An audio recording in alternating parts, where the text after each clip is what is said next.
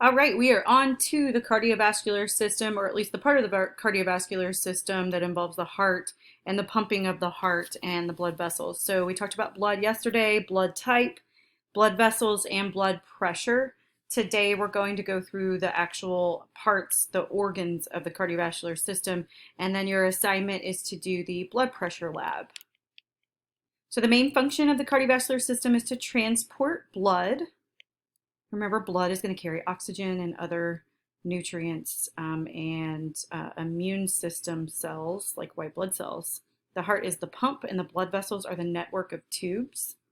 And so if you look here, it's a beautiful picture of the heart showing the muscle, that the heart actually has a little bit of fat on it. The heart has its own arteries and veins. And then I'm going to talk in a minute about these giant blood vessels right here.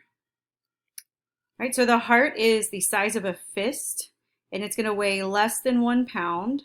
A lot of people are surprised by the size of the heart, that it's actually a lot smaller than you think. If you are dissecting the pig heart, you'll notice that they slaughtered the largest pigs in America for you to dissect and to learn about the heart. What's convenient about that is that they are really large, so you can see the structures really well, and then the structures are going to be really similar to those of the human heart. So it's a really great thing to dissect to learn about the heart. The apex is going to be the tip of the heart right here, and that is going to point towards the left hip. So anytime we're looking at a picture, it's the opposite. This is the left side, this is the right side. So the apex points down towards the left hip. It is flanked by the lungs, meaning that each lung is on either side, the left and right side. And the heart itself is surrounded by what's called the pericardium, and it's going to be a double-walled sac. So this double-walled sac is actually going to contain fluid, and the job of the pericardium is going to be to protect and lubricate the heart. There is a condition called pericarditis. Anytime you hear itis at the end of something, it's going to mean inflammation. And so that could be a result of a number of things, but it typically is going to be a result of an autoimmune disorder like lupus, where the immune system is going to attack this double wall sac of the heart. So some common structures to know about the cardiovascular system, or especially if you're dissecting the heart later, is so we have our heart right here, we have our apex, pericardium we just talked about, you have your left lung, your right lung. The diaphragm is going to be a muscle underneath the lungs and the heart that's going to help you fill your lungs whenever you're breathing. So we'll talk about the diaphragm whenever we talk about respiratory system on Friday. The pulmonary trunk, or actually I want to talk about this one first. The superior vena cava, you can hear it pronounced vena cava or vena cava, but it's most commonly pronounced vena cava. That is going to involve the return of blood from the systemic circulation, and it's blue, so you know it's deoxygenated. So blood that's already dropped off oxygen at organs is going to come back into the heart through the superior vena cava. And then down here, this picture isn't showing it, but there's also an inferior vena cava where blood is being brought back in from systemic circulation from the lower extremities, and it's going to be deoxygenated blood. So a bunch of deoxygenated blood is brought in through the vena cavas, and then it is going to be pumped through this thing right here called the pulmonary trunk, and the pulmonary trunk is going to pump blood into the lungs like that. And then the blood is going to become oxygenated, get returned back to the heart, and then pumped out to the rest of the body. Right, the layer of the heart wall is going to have the epicardium on the outer layer, so this is the pericardium. The myocardium, which is going to be the cardiac muscle. Anytime you see the prefix myo, it's going to involve a muscle. And then we have the endocardium. The endocardium is the endothelium that lines the chambers. And when it says chamber, it means the atrium or the ventricles. And so anytime I see endocardium, I think about endocarditis. So endocarditis is going to be an inflammation of this lining of the heart chamber that's going to involve a bacterial infection, and it's mostly going to be caused by intravenous drug use. So people that are injecting drugs are commonly going to inject bacteria, and then the bacteria is going to colonize on the inner lining of the heart here, and so they'll end up with endocarditis. So don't do that. And so you can see here, this is a human heart. It looks like a steak that you would probably pick up from HEB. It looks delicious. But this is supposed to show you how the cardiac muscles are arranged in bundles, and you'll see where the atria are, where the atrium is. Here's an atrium here and an atrium here. The muscle is actually arranged in bundles that's going to ensure really, really forceful contractions. And so that's all I really want you to see on that slide. So speaking of the heart chambers, you have the left and right atrium. Remember, we're looking at this kind of opposite. Here's the left side here, here's the right side here. The atria are the top chambers. The ventricles are the bottom chambers. So atrium are receiving blood, ventricles are pumping blood out. So that's easy to remember. The septum is going to be this really thick wall between the atria and ventricles. And then you have all of these valves right here. So I'm going to talk a little bit about these valves. And what valves do is they prevent the backflow of blood. And so the pathway of blood through the heart is actually a little bit complicated, as you can see here. But I'm going to take just a minute to go through these arrows and how this works. So if you see blue, that means it's deoxygenated. And if you see red, that means that it's been oxygenated from the lungs. So we'll start right here. So blood has dropped off oxygen to all of the organs, and now it needs to come back to the heart because it needs to get oxygenated again, and then it needs to get pumped out again. So it's going to come up here at the superior vena cava.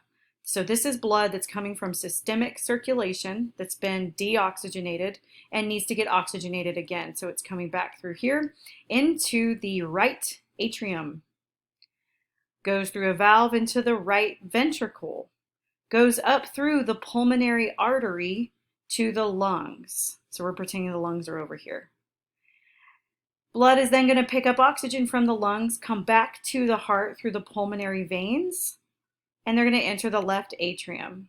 From the left atrium, they're going to enter the left ventricle, and from the left ventricle, they're going to go through a valve into the aorta, and from the aorta, they're going to get pumped to the rest of the body. And then it comes back in here, and it just goes over and over and over. So you're probably sitting here wondering, or I hope you're wondering, if you don't already know, how is this called an artery but it's blue?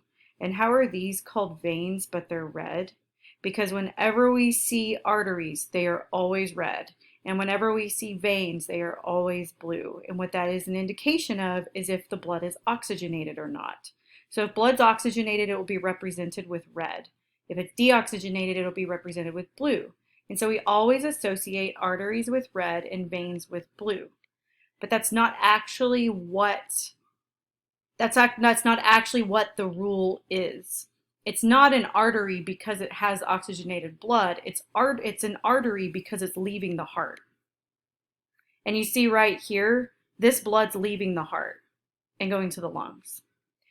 So on the flip side, a vein is not a vein because it's carrying deoxygenated blood. A vein is called a vein because it's returning blood to the heart. And if you see right here, this is returning blood to the heart. So that's the rule. Generally, arteries will be represented with red, veins will be represented with blue. But when you're dealing with these two right here, this is an artery, this is actually a vein, and it has to do with the direction of the blood flow. So hopefully that kind of made sense. So this is the pathway of the blood through the heart. So deoxygenated blood from systemic circulation is going to return to the heart through the superior and the inferior vena cava.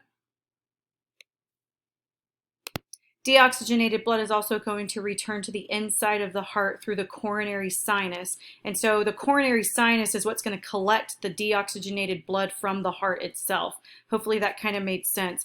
So when you're looking at a picture of the heart and you see red arteries and blue veins, The blue veins are going to hold the blood that's already dropped oxygen off to the heart muscle itself, and the coronary sinus is going to collect that deoxygenated blood and put it back into the heart so it can get oxygenated again. Hopefully that made sense. From the right atrium, blood is going to go through the tricuspid valve into the right ventricle. All right, the right ventricle is then going to pump blood through the pulmonary arteries to the lungs, and that's going to go through the pulmonary valve. So the pulmonary valve is what's going to separate the right ventricle from the pulmonary arteries.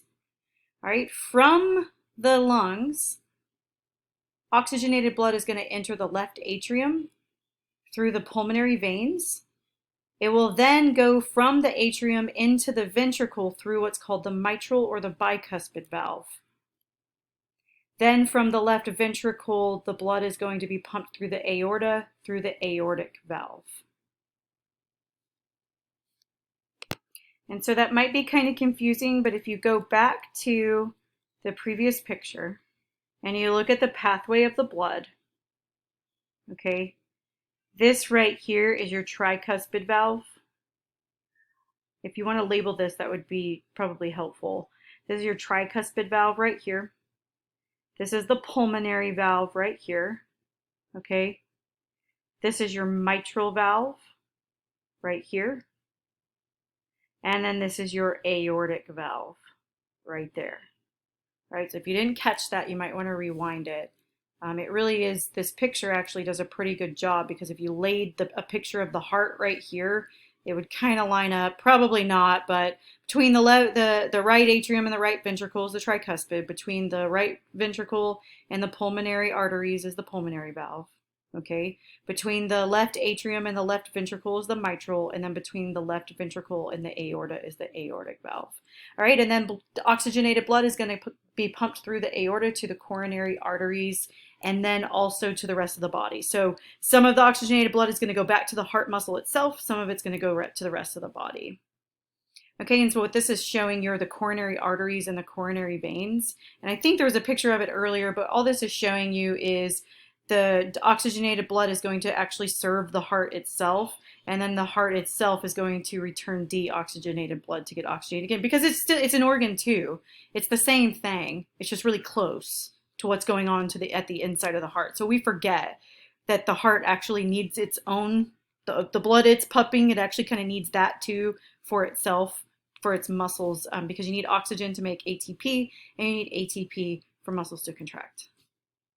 Right, this is showing you another representation of where the valves are. And so if you labeled the valves a minute ago, then this will just be kind of a duplication of that. And so what the valves are going to do is prevent backward flow. And what the valves are, they're flaps. They're kind of flaps like this. If you look at that, they almost look kind of leathery. And they act as a one-way inlet of blood on one side of a ventricle and a one-way outlet on the other side of the ventricle. So if blood comes from the aorta to the ventricle, this is going to snap shut so that the blood can't go backwards. And then we have almost like a tendon and a muscle that's going to control the opening and closing of the valves, and that's called the chordae tendineae. So it attaches the valve flap, and then the muscle is what's going to pull it closed. And so you'll see that really well when you dissect your pig heart. So when your heart beats and you hear like a lub dub sound, the lub is going to be the two valves. You see what I'm doing right here? These two valves that are connecting your atrium and ventricles, that's your lub. That's the valves closing. The dub is going to be the aorta and the pulmonary valves closing. And so how does the heart actually beat? It involves what's called an intrinsic conduction system. And this is really an electrical conduction. Is going to be a flow of ions. Remember, ions in this situation are going to be positively charged ions. And so there's a sequence of actions that occur, and these are just bundles of fibers and almost like nerves. So there's like neurons that connect to the heart. And so the sinoatrial node, or the SA node, is going to be the beginning of the sequence of action. And this is what's called the pacemaker. So it is located at the top of the right atrium, and it's going to generate the impulse that starts each heartbeat. It sends that impulse through what's called the atrioventricular node, which is between the atria and the ventricles. I'm going to show you a picture of this because I know this is sounding crazy right now. That will cause the atria to contract. Then the impulse will go through what's called the bundle of His, or the AV bundle, then through the bundle branches, then through the Purkinje fibers, which spread within the ventricle walls, which cause the ventricles to contract. So let me show you a picture. All right, you start here with the pacemaker. The pacemaker is going to send an impulse, electrical impulses, through the atrium. The AV node is then going to send electrical impulses to the ventricles and through the ventricle walls, which causes the ventricles to contract. I found a better picture. So this is pretty much showing you the same thing. So you have the bundle of cells right here for the SA node, and it's just showing you the direction that the electrical impulse is going. So through the AV node, through the bundle of His, down to the Purkinje fibers. And so what this yellow part is showing you are just those bundles of cells, and their job is to cause electrical conduction, which causes muscles to contract. That's really the gist of all of that. So when you go to the doctor's office, I don't know if any of you have actually done this. I don't think I got one of these done until I was in my 20s, but they'll put these things called leads on you, and they're kind of cold and they're sticky, and they'll put them on various places on your chest. And what they're doing is they're reading the electrical conduction of the heart. I know everyone's seen this shape before. What this is doing is telling you, is the heart beating normally? Is the electrical conduction of the heart normal? And so there's several disease states that could cause this to be really off. Arrhythmias, something called an arrhythmia means that there's something wrong with the pacemaker of the heart, or one of those other bundles of cells that conducts the electricity of the heart. And so if the heart is not beating literally like on point like this, and there's not a very specific flow of ions and a very specific conduction of electricity through the heart, causing each part to contract at a very specific time, what you end up with is insufficient pumping of the heart. And you can end up with something called congestive heart failure, where blood gets backed up in the lungs and blood just doesn't get adequately pumped to the rest of the body. So there's many types of arrhythmias that a person can have that causes this to be really off. So this is called an ECG, or electrocardiogram, also known as an EKG. If you're going to get one of these done, they're most likely going to call it an EKG. And these waves, there's P, QRS, and T. So QRS goes together, it's one thing. So the P wave is your atria contracting. QRS are the ventricles contracting. And then the T wave is going to be the ventricles relaxing. And so I have that here, and that's on your paper. And so what this is going to do is going to show you P wave is going to represent atria contracting. QRS is going to represent the ventricles contracting. And then T is going to represent the ventricles relaxing. Because if the ventricles don't relax sufficiently, they're not going to fill with blood sufficiently. And so these are just 4 different EKGs. This will show you a normal heartbeat. This will show you a fast heartbeat, slow heartbeat, and then right here you have irregular. And so what are some of the homeostatic imbalances that can occur that cause your heartbeat to be off, or an EKG to be off? Honestly, most of the time, if someone has an arrhythmia or an irregular heartbeat, it is caused as a side effect of drugs, not illegal. Well, illegal drugs can really mess up your heartbeat too, but most of the time, at least whenever I was doing healthcare stuff, we saw irregular heartbeats when with schizophrenic. I worked in the VA, and I worked with some schizophrenic patients, and they would take antipsychotic drugs, And the antipsychotic drug, I mean, drugs will have side effects. They're going to access cells in organs that aren't intending them to. And for whatever reason, these antipsychotic drugs accessed the cells of the heart that are part of the pacemaking, particularly the QR. It's called QT prolongation, and so just the between the ventricles contracting and the ventricles relaxing, these antipsychotic drugs would cause issues. So it's a lot of time arrhythmias are going to be a side effect of a drug, but then other times it's going to just be an effect due to wear and tear on the heart because of old age. It also can be caused from inflammatory disorders and other cardiovascular diseases. So if there's damage to the SA node, the heart slows down and a person has to get an artificial pacemaker in. So interesting fact, I talked about yesterday beats per minute and your heart rate and normal heart rate, and how runners are going to have a really low heart rate in the 50s, and how that's like a badge of honor for a runner. And I'm not going to lie, I run, and sometimes I go to the doctor, and there was this one time where my heart rate was 48 and they almost called the ambulance.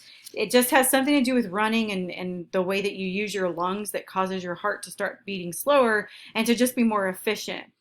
Come to find out, when runners get into their 80s and 90s, they're more likely going to need an artificial pacemaker because, and I don't know why, some reason their pacemaker of their heart gets messed up through that process. So this badge of honor ends up being kind of an unfortunate thing.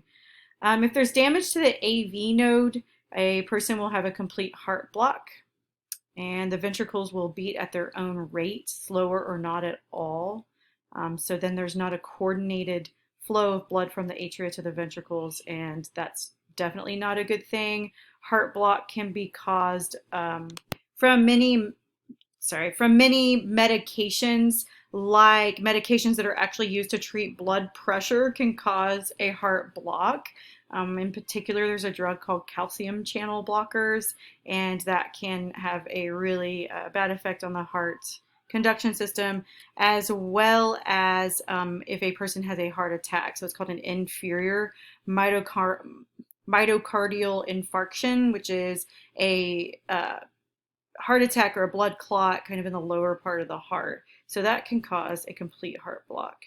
Tachycardia is a rapid heart rate. So bradycardia is a slow heart rate. Tachycardia is a rapid heart rate at over 100 beats per minute.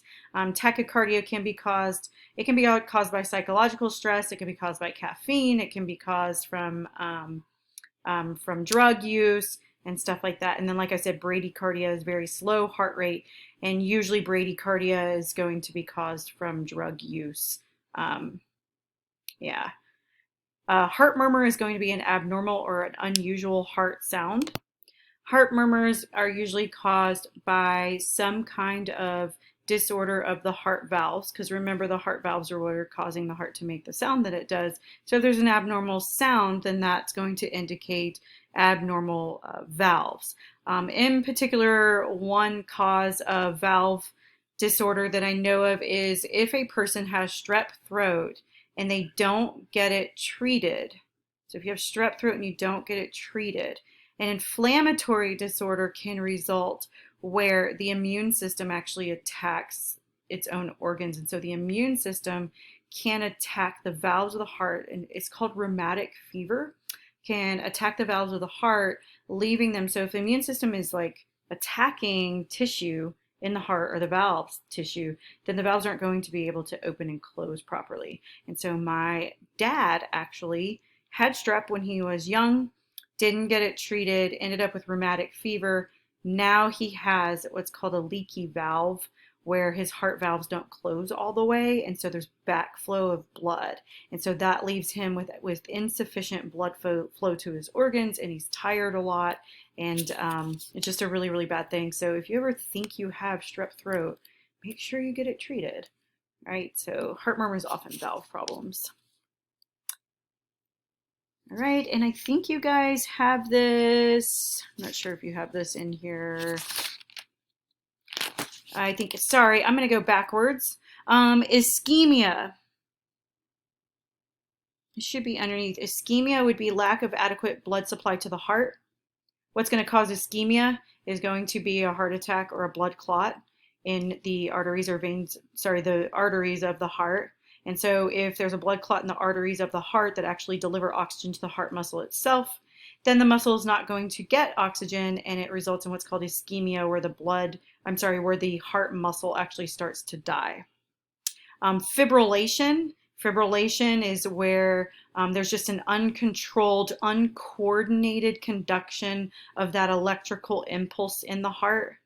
And that can just kind of make the heart a useless pump.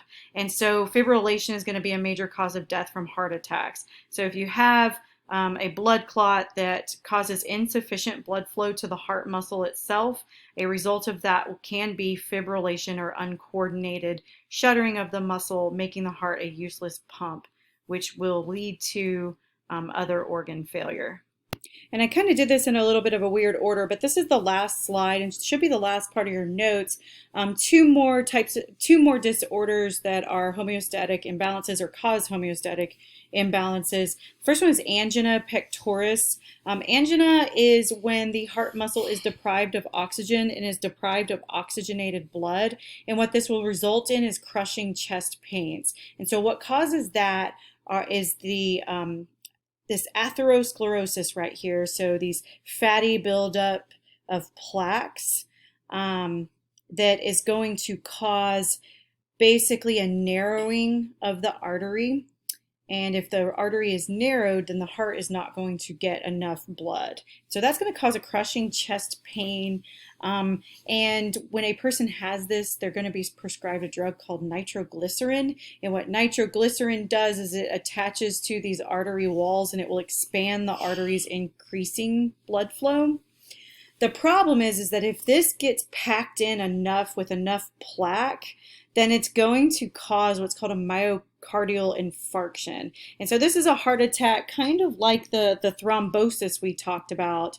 If you have prolonged angina, the heart is getting deprived of oxygen. That will result in parts of the heart actually dying off, and that's called a myocardial infarction, when heart cells are going to die off. So myocardial infarction and like a heart attack that involves a blood clot, I mean, they're very similar in that they're going to deprive the heart muscle of oxygen and is going to cause death of heart muscle and heart tissue.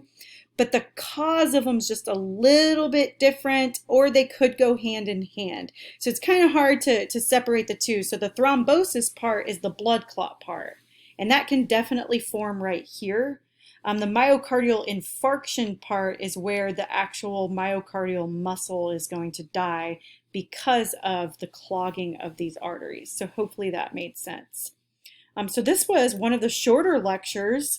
Today you are going to do the blood pressure lab. Let me know if you have any trouble with that. And I will, yeah, that's really all you have to do today is the blood pressure lab. And to do just kind of a little, you're going to fill in a chart, you're going to make a graph, and then you're going to make a conclusion. And on your conclusion, I'd like for you guys to be really, really thorough in why you think you saw the trend that you saw. You may need to do a little research behind that, but I'd like a really good discussion, explanation on why you think you saw what you saw and what trends you saw. All right, I will talk to you guys later.